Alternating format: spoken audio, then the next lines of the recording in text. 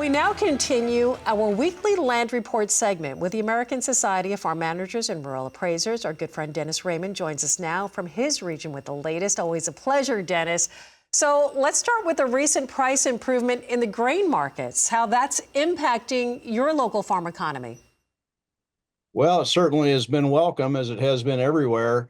I'm seeing a lot of corn trucks moving up and down the roads, so certainly the producers are rewarding the rally in the market. And I think a lot of that activity, the selling activity, occurred maybe 20 to 30 cents ago, and now the trucks are moving to take care of those deliveries. But we hit $5 corn this morning at some ethanol plants, so that's certainly a red letter day here, and that'll stimulate more sales, of course. But certainly has improved the attitudes, along with a little frustration that we had such a long period of low prices preceding this, and a lot of grain was sold at much lower prices.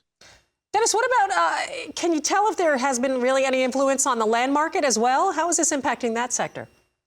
Yeah, I look back at the fourth quarter of 24 and then into so far up to today in the first quarter of this year.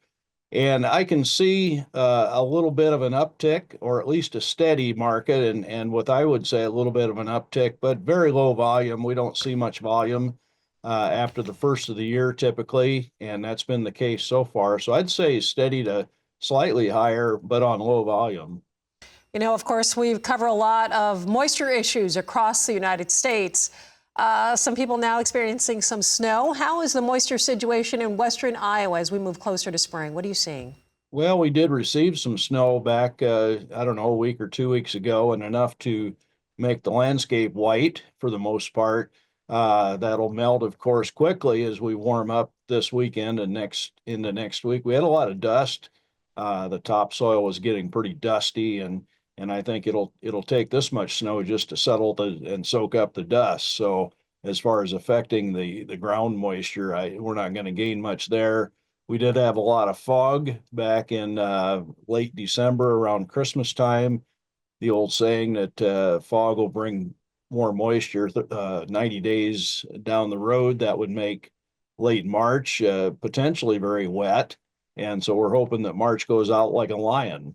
Brings us a lot of moisture. Absolutely. Spring planting, what are you expecting?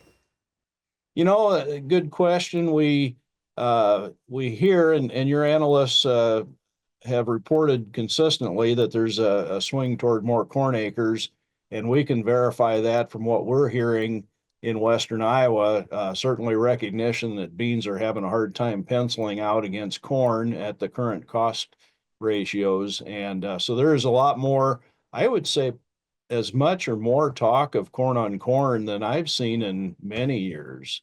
And we're not in a really